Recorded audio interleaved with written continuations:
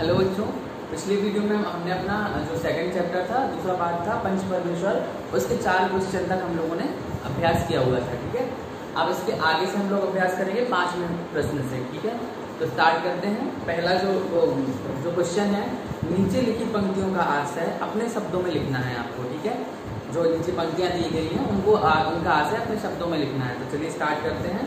पहला जो पॉइंट है वो है रजिस्ट्री की मोहर लगते ही खातेदारी पर भी मोहर लग गई। इसका आपको आशय लिखना है अपने शब्दों में। तो मैंने कुछ इस प्रकार लिखा हुआ है, आप देख सकते हैं। जायदाद नाम होते ही जुम्मन ने खाला की सेवा करना बंद कर दिया। ठीक है, नंबर दूसरा पॉइंट है, कुछ दिनों तक और यूं ही रो धोकर काम चलता रहा। तो इस दूसरे पॉइंट का जो मैंने लिखा हुआ है वो कुछ इस प्रकार है। कुछ दिन तक खाला ने करीमन के ताने सहन कर लिए।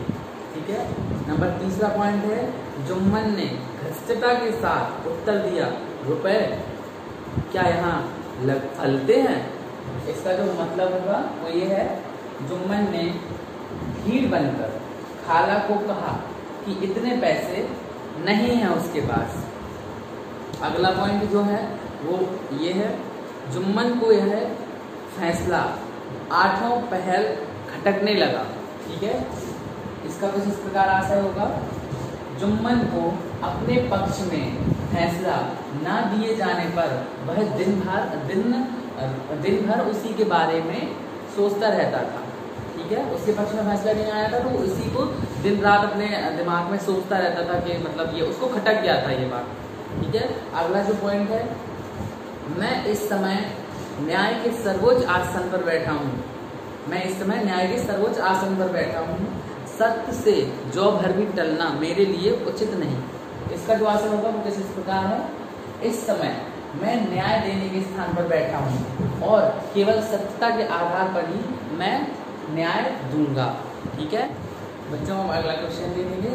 क्वेश्चन नंबर 6, भाषा के रंग। इसमें दिया गया है, मुहावरों का सही अर्थ से मिलान करके अपने वाक्यों में प्रयोग कीजिए। ठीक है, तो आपका जो मिलान का जो अर्थ, वो मिलान का जो सही मिलान करना है वो मैंने कुछ इस तरीके से लिख दिया है कि ये मुहावरा लिखा हुआ है, ये उसका अर्थ लिखा हुआ है, ये वाक्य प्रयोग लिखा हुआ है। ठीक है, क्या लिखा हुआ है, वाक्य।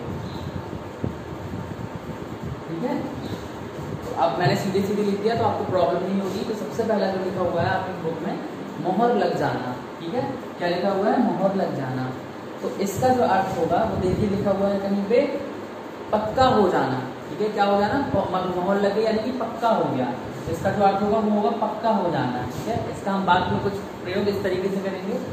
पिकनिक पर जाने के लिए, कहाँ जाने के लिए, पिकनिक पर जाने के लिए पिताजी ने मोहर लगा दी।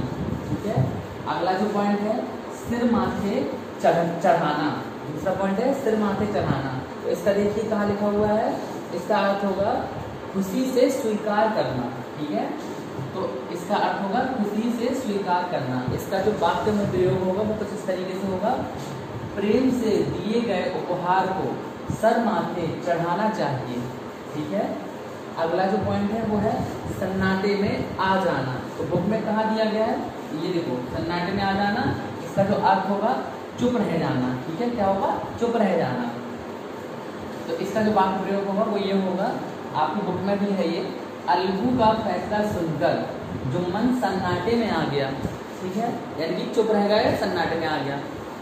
अगला जो पॉइंट है वो है कलेजा धक धक करना। ठीक है, कलेजा धक धक करना, इसका अर्थ होगा अधिक घबरा जाना। क्या होगा, अधिक घबरा जाना। अब इसका जो वाक्य प्रयोग होगा वो कुछ इस तरीके से होगा, अपने सामने सांप देखकर मेरा कलेजा धक धक करने लगा। ठीक है, अगला जो पॉइंट है वो है दिल का मैल धुल जाना। ठीक है, दिल का मैल धुल जाना, इसका अर्थ होगा मन साफ हो जाना। ठीक है, क्या होगा, मन साफ हो जाना। इसका जो वाक्य में प्रयोग होगा वो कुछ इस प्रकार होगा, पंचायत समाप्त होने के बाद दोनों मित्रों के दिल का मैल धुल गया। ठीक है, दोनों मित्रों के दिल का मैल धुल गया। तो बच्चों ये हमारा 6वें प्रश्न का नंबर समाप्त हुआ। ठीक है, अब हम खा की ओर चलते हैं। तो खा नंबर में जो प्रश्न दिया गया है वो कुछ इस प्रकार है। निम्नलिखित तद्भव शब्दों के तत्सम रूप लिखना है। ठीक है, ये कुछ दिए गए हैं। निबाह, ठीक है, निठुर, पहर, घर, पूरा और भगत। ठीक है, तो मैं इसका आपको बोर्ड पर लिख देता हूँ, तो आप ये लिख सकते हैं। तो बच्चों जो पहला हमारा है तद्भव निबाह, ठीक है, निबाह का होगा निर्वाह। ठीक है, अगला निठुर, निठुर का होगा निष्ठुर। अगला जो है पहर, पहर का होगा प्रहर।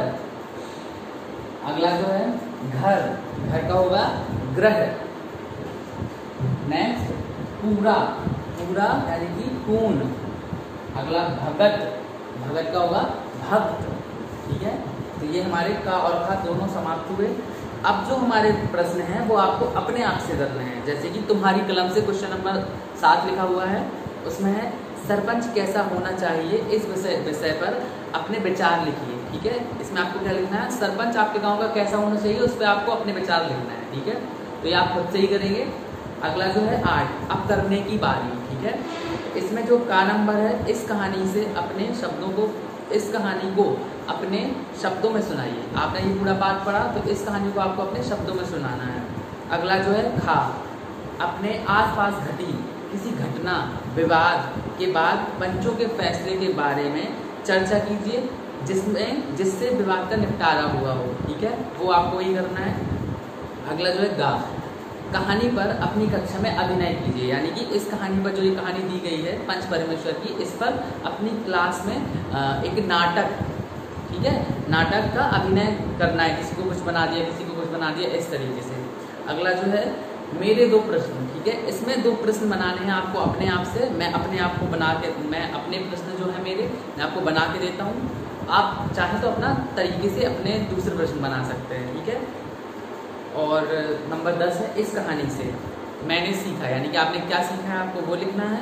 और खा नंबर है मैं करूँगी या करूँगा, आपको करना क्या है, या आपको मतलब ठीक है, आपको जो भी करना है वो आपको इसमें लिखना है। अब मेरे जो 2 प्रश्न हैं वो मैं इधर सामने लिखता हूँ। बच्चों मेरे जो प्रश्न है मैंने बोर्ड पर लिख दिए हैं, आपको अपने प्रश्न क्रिएट करना है, अपने प्रश्न बनाना है। ठीक है, मेरा जो पहला प्रश्न है वो ये है, खाला ने सरपंच किसको बनाया। ठीक है, नंबर 2 है, साहू ने बैल के साथ कैसा बर्ताव किया। तो बच्चों हमारा ये चैप्टर यहीं खत्म होता है। अगली वीडियो में हम अगले चैप्टर के साथ मिलेंगे, तब तक आप पढ़ते रहिए।